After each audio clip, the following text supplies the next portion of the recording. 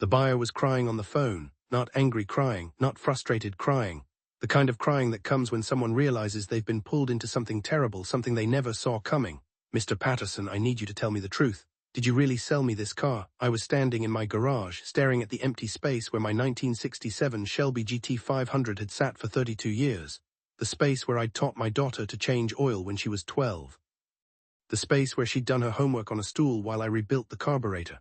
The space that was now just bare concrete and oil stains. "No, I didn't sell you anything." The man on the phone, his name was David Chen, let out a sound that was half sob, half gasp. "Oh God, oh my God, I paid $48,000. I have the title, I have the bill of sale. Your daughter said you needed the money for medical bills. She said you were too proud to ask for help. She cried when she handed me the keys."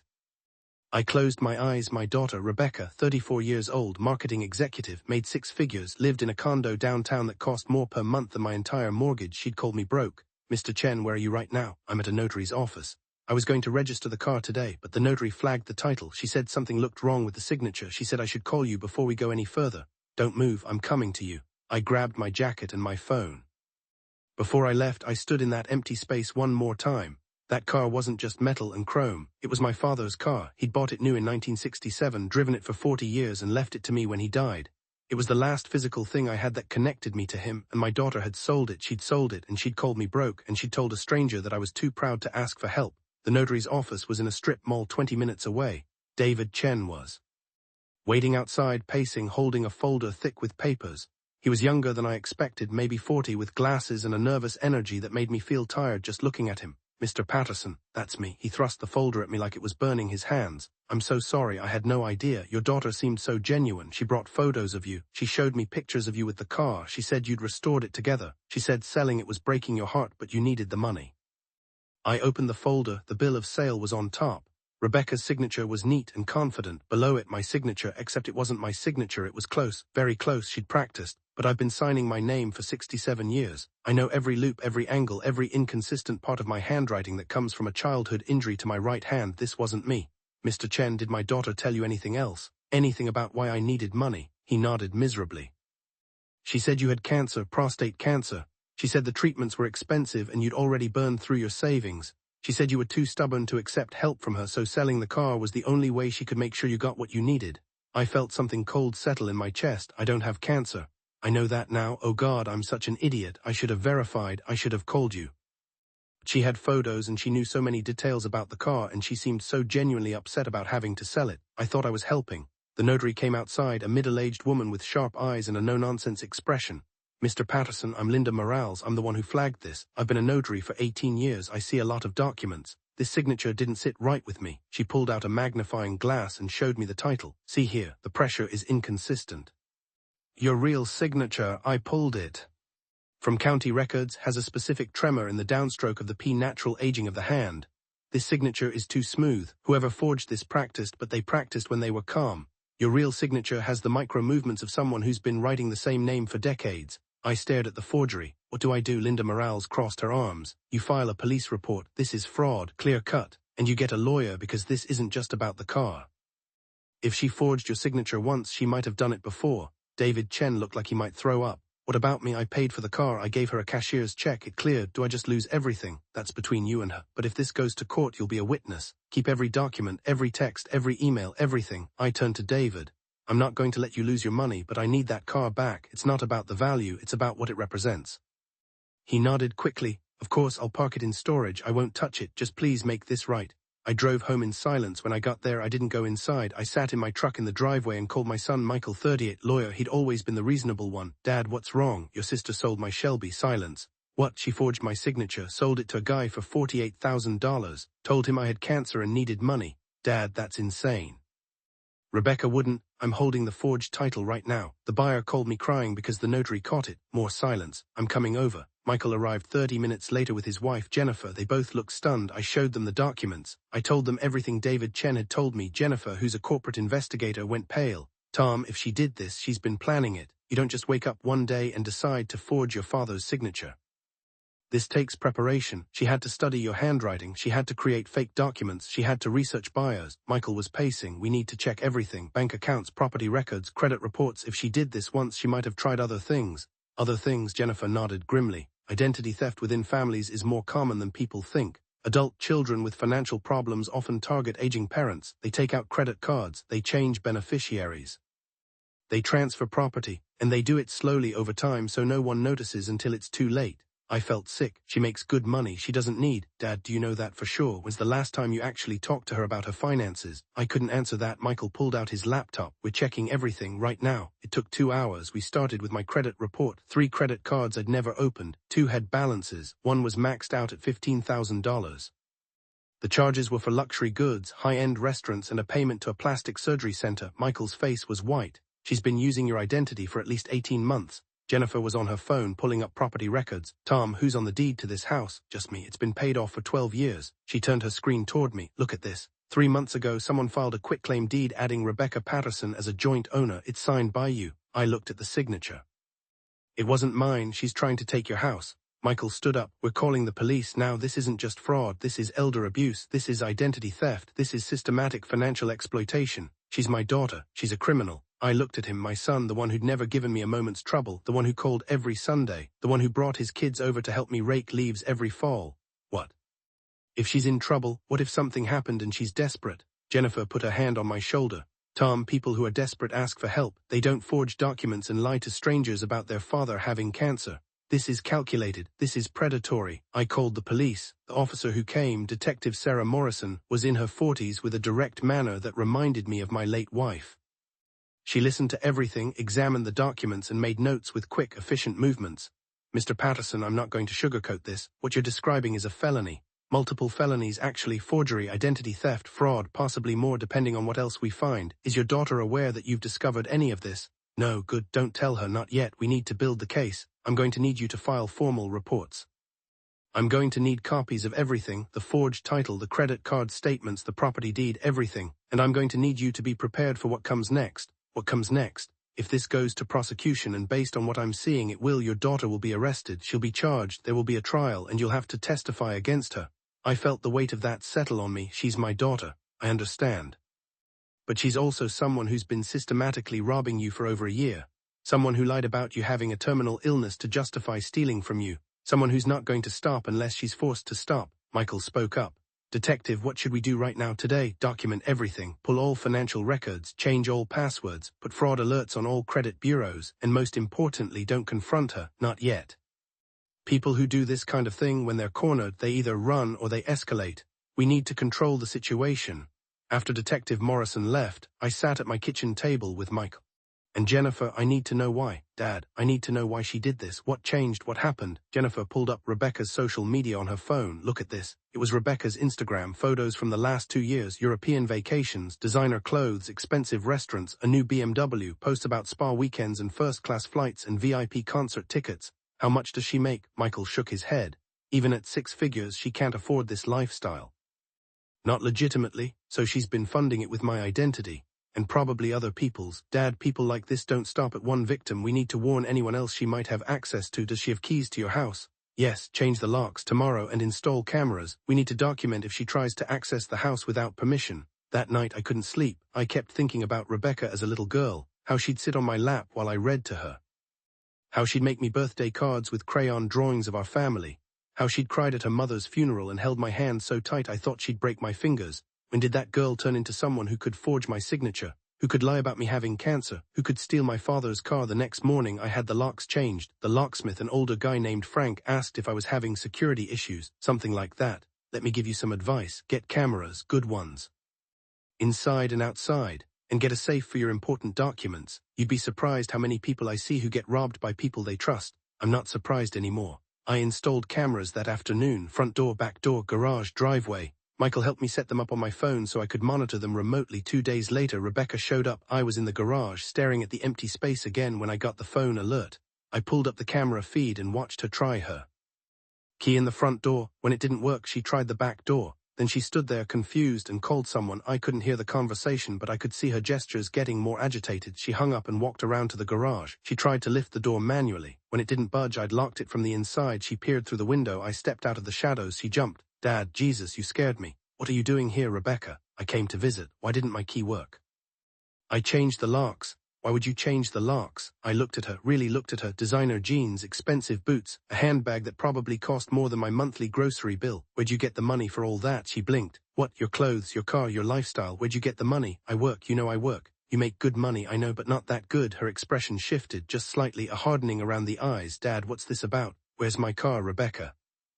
The color drained from her face. What, my Shelby, where is it? I don't know what you're talking about. The buyer called me. The notary flagged the forged signature. I've seen the documents. I know what you did. She stood there, frozen, and I watched her mind work. I could see her trying to figure out how much I knew, how much damage control she needed to do. Dad, I can explain. Don't insult me with lies. You don't understand. I was trying to help. By stealing from me. You're getting old.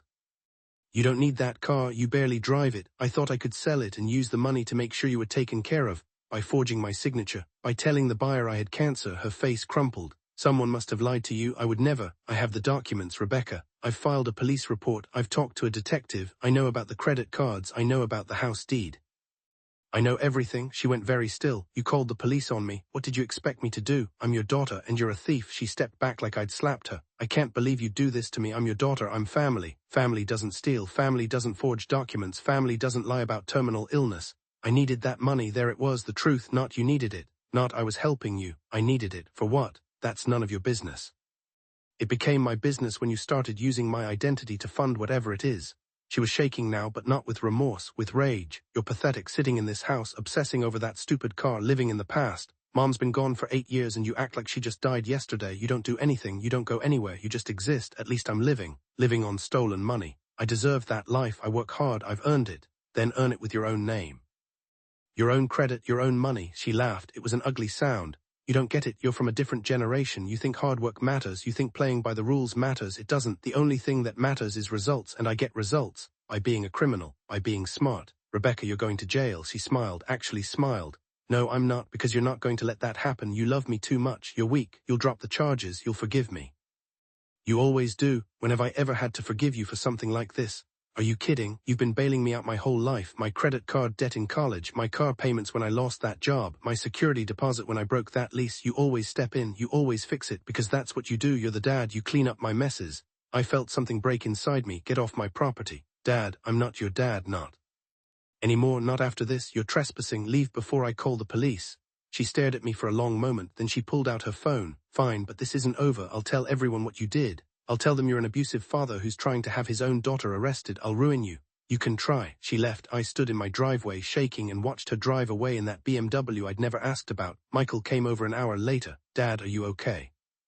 Jennifer and I saw the camera footage. She thinks I'm weak. She thinks I'll drop the charges. Will you? I looked at him. No, Detective Morrison moved quickly after that. Within a week she'd gathered enough evidence to present to the district attorney. The forged title, the credit card fraud, the property deed. The bank statements showing cash withdrawals from cards opened in my name. The DA, a woman named Patricia Alvarez, met with me in her office. Mr. Patterson, I want you to understand what you're facing. This is going to be hard. Your daughter will likely hire a defense attorney who'll try to paint you as a confused elderly man who doesn't understand financial transactions. They'll argue that you gave her permission. They'll try to make you look incompetent. I'm 67, not 90, and I'm not confused. I believe you, but a jury might be swayed by emotional arguments about family and misunderstandings. We need to be prepared. What do you need from me? I need you to be strong. I need you to testify clearly and calmly. I need you to show them that you're a competent adult who was systematically defrauded by someone you trusted. And I need you to be ready for your daughter to say terrible things about you in court. She already has. It'll get worse. Rebecca was arrested 3 weeks later. Michael called me at 6 in the morning. Dad, turn on the news, Channel 7. I did. The headline read, Local Marketing Executive Arrested for Elder Fraud. There was footage of Rebecca being led out of her condo in handcuffs, her face covered by her jacket. The reporter was explaining the charges. Multiple counts of forgery, identity theft, fraud, the estimated value of stolen assets exceeding $100,000. My phone started ringing immediately. Old friends, former colleagues, people I hadn't spoken to in years. All of them wanted to know if it was true, if my daughter had really done this. I stopped answering.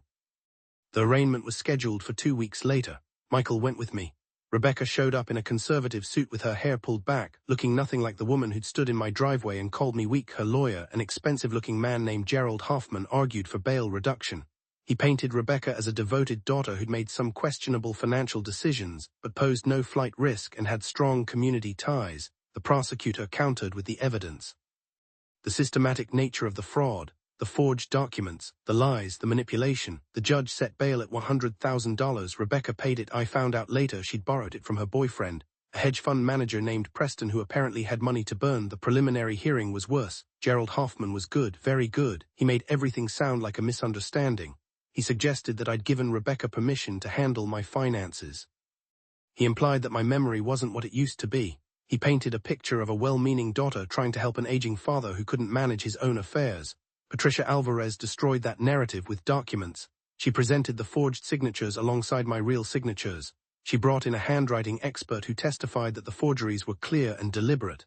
She presented testimony from David Chen about the fake cancer story.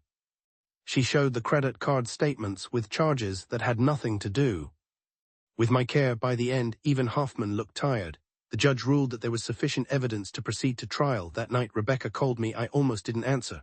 Dad, her voice was small, broken, nothing like the angry woman in my driveway. What do you want? I'm sorry, I'm so sorry. I don't know what I was thinking. I got caught up in things and I made terrible decisions and I hurt you. But I love you, I'm your daughter. Please, can we just talk? Can we fix this? It's too late for that. It's never too late. I'll go to counseling. I'll pay everything back. I'll do whatever it takes. Just please drop the charges. Please don't send me to prison. You should have thought about that before you stole from me. I made a mistake. Mistakes are accidents. What you did was deliberate. You planned it. You executed it. You looked me in the eye and lied. That's not a mistake. That's a choice. I'm your daughter, and I'm your father, the man who raised you. The man who paid for your education. The man who taught you right from wrong. And you repaid me by stealing my identity, forging my signature, and trying to take my home. She was crying now. I'll lose everything. My job, my condo, Preston, my whole life. You should have considered that. You're heartless. No, I'm done being weak. I hung up. The trial started 6 months later. The courtroom was packed. Reporters, curious onlookers. Michael and Jennifer sat directly behind me.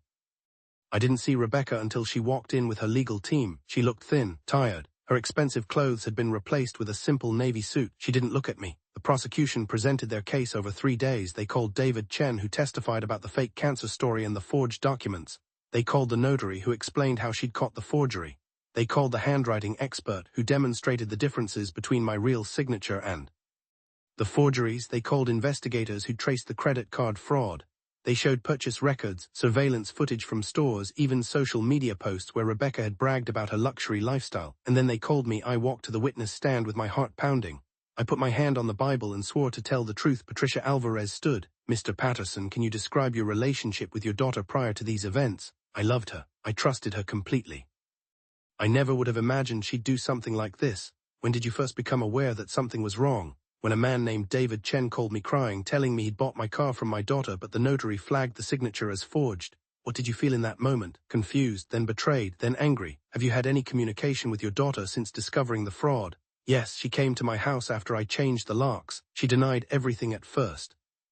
Then she admitted she needed the money. Then she told me I was weak and that I'd forgive her because that's what I always did. Did you forgive her? No, why not? Because forgiveness requires remorse. And she wasn't sorry for what she did. She was sorry she got caught. Gerald Hoffman cross-examined me for 2 hours. He tried to paint me as a forgetful old man. I corrected him with dates, times, and specific details. He tried to suggest I'd given Rebecca permission to handle my finances. I showed him my bank records proving I'd been managing everything myself without issue. He tried to imply that the car was a burden I'd wanted to get rid of. I explained what it meant to me, who it came from, and why I'd never willingly part with it. By the end, he had nothing. The defense presented their case the next day. They called character witnesses who testified that Rebecca was a good person who'd made mistakes. They called a psychologist who suggested she'd been under extreme stress and made poor decisions as a result, but they couldn't refute the evidence. The jury deliberated for 4 hours. When they came back, Rebecca's hands were shaking. On the count of forgery in the first degree, how do you find? Guilty. On the count of identity theft, how do you find? Guilty. On the count of fraud in the first degree, how do you find? Guilty. Rebecca collapsed. Actually collapsed. Her lawyer caught her and helped her into her chair. She was sobbing, her face buried in her hands. I felt nothing. Sentencing was scheduled for 3 weeks later. Patricia Alvarez called me the night before. Tom, I want you to prepare yourself. The defense is going to ask for leniency. They're going to argue that she's young, that she has no prior record, that she's shown remorse. The judge might be sympathetic. What's the likely sentence? For these charges, the guidelines suggest 3 to 5 years, but judges have discretion. It could be less. What do you think will happen? I think she'll do time. I think the evidence was too clear and the betrayal too calculated for a judge to overlook. But I also think she'll probably serve 2 or 3 years, not 5. That's not enough. It might not feel like enough, but it's justice and it's closure. The sentencing hearing was shorter than I expected. Rebecca's lawyer made his case. He talked about her difficult childhood, which was news to me since I'd given her every advantage I could afford. He talked about the pressure she felt to succeed. He talked about her remorse and her commitment to making things right. Rebecca herself gave a tearful statement about how sorry she was, how she'd let everyone down, how she'd hurt the person she loved most in the world. Then the judge asked if I wanted to make a statement. I stood. Your Honor, that woman is my daughter. I raised her. I loved her. I would have done anything for her, but she looked at me as an opportunity, as a resource to be exploited. She forged my signature, stole my identity, and lied about me having a terminal illness, all so she could fund a lifestyle she hadn't earned. And when she was caught, she wasn't sorry for what she'd done. She was sorry she had to face consequences. I don't know if prison will teach her anything. I don't know if she'll ever understand what she took from me. But I know that she can't be allowed to do this to anyone else. And I know that I'm done being weak. The judge nodded slowly. Ms. Patterson, I've reviewed the evidence in this case. I've heard the testimony. I've considered the arguments. What you did was not a mistake. It was not a lapse in judgment. It was a systematic, calculated exploitation of your own father. You forged documents. You stole his identity. You lied to strangers. You attempted to steal his home. And you did all of this while he trusted you completely. The law allows me to show mercy. But mercy must be balanced with justice. I sentence you to 4 years in state prison followed by 5 years of probation. You will also be required to pay full restitution to your father and to Mr. Chen. Court is adjourned. Rebecca screamed, not words, just a raw animal sound of despair. 2 officers led her away. I walked out of the courtroom into bright sunlight. Michael was waiting. Dad, are you okay? I don't know. You did the right thing, did I? Yes, you held her accountable. You showed her that actions have consequences. She's my daughter. She was before she decided to steal from you. We stood there for a moment, neither of us knowing what to say. What happens now? I asked. Now you rebuild. You get your car back. You move forward. How? One day at a time. David Chen returned the Shelby 3 weeks later. He drove it to my house personally and handed me the keys with tears in his eyes. I'm so sorry for everything you went through. It wasn't your fault. I should have verified. I should have been more careful. You were trying to help someone. That's not something to apologize for. He looked at the car. It's beautiful. Your father had good taste. He did. Are you going to keep it? I looked at the Shelby, at the empty space in my garage that was about to be filled again. I don't know. It doesn't mean the same thing anymore. Give it time. Maybe it will again. After he left, I sat in the driver's seat. The leather still smelled the same. The dashboard had the same worn spots where my father's hands had rested. The steering wheel had the same feel, but David was right. It didn't mean the same thing. It used to represent my father's memory. Now it represented my daughter's betrayal. I started the engine. The sound was perfect, deep and powerful. A reminder of when cars were built to last, when things were made with pride and skill. I drove. I didn't have a destination.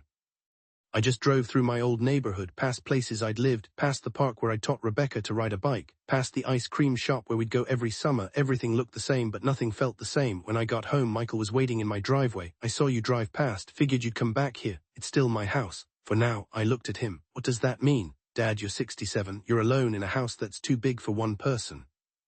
You've got a car you can't enjoy anymore and memories you can't escape.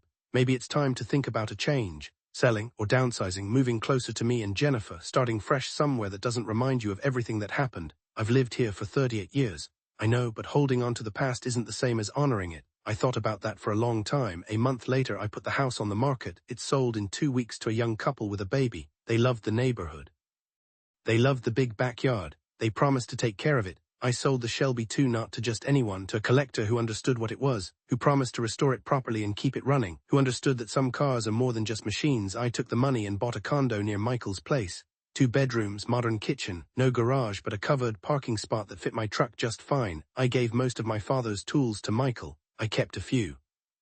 The ones I'd used to teach Rebecca.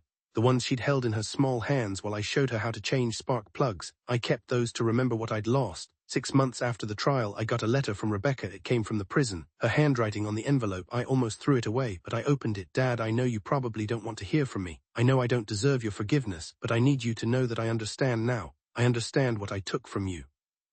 Not just the money or the car. I took your trust. I took your peace. I took the relationship we had. I've had a lot of time to think in here, a lot of time to realize that I became someone I never wanted to be, someone who valued things over people, who saw you as weak when really you were just kind. I don't expect you to respond. I don't expect you to ever speak to me again, but I wanted you to know that I'm sorry, really sorry, not because I got caught, not because I'm in prison, but because I hurt you. I'm trying to be better. I'm taking classes. I'm in therapy. I'm working on understanding how I became this person and how to make sure I never am again. I hope you're doing well. I hope you're happy. And I hope someday, maybe years from now, you might be able to think of me as your daughter again. I love you, Rebecca. I read it 3 times, then I put it in a drawer. I didn't throw it away, but I didn't respond either. Maybe someday I would. Maybe in a few years, when the wound wasn't so fresh, I could think about what forgiveness might look like, but not today. Today I had coffee with Michael and Jennifer. I played with my grandchildren. I took a woodworking class at the community center. I joined a poker group with some other retirees. I built a new life, not the life I'd planned, not the life I'd wanted, but a life that was mine. And every night when I went to sleep in my new condo with its unfamiliar sounds and its 2 clean walls, I thought about my father, about what he taught me. About integrity and honesty and doing the right thing even when it hurt. He would have understood what I did, he would have been proud, and that was enough.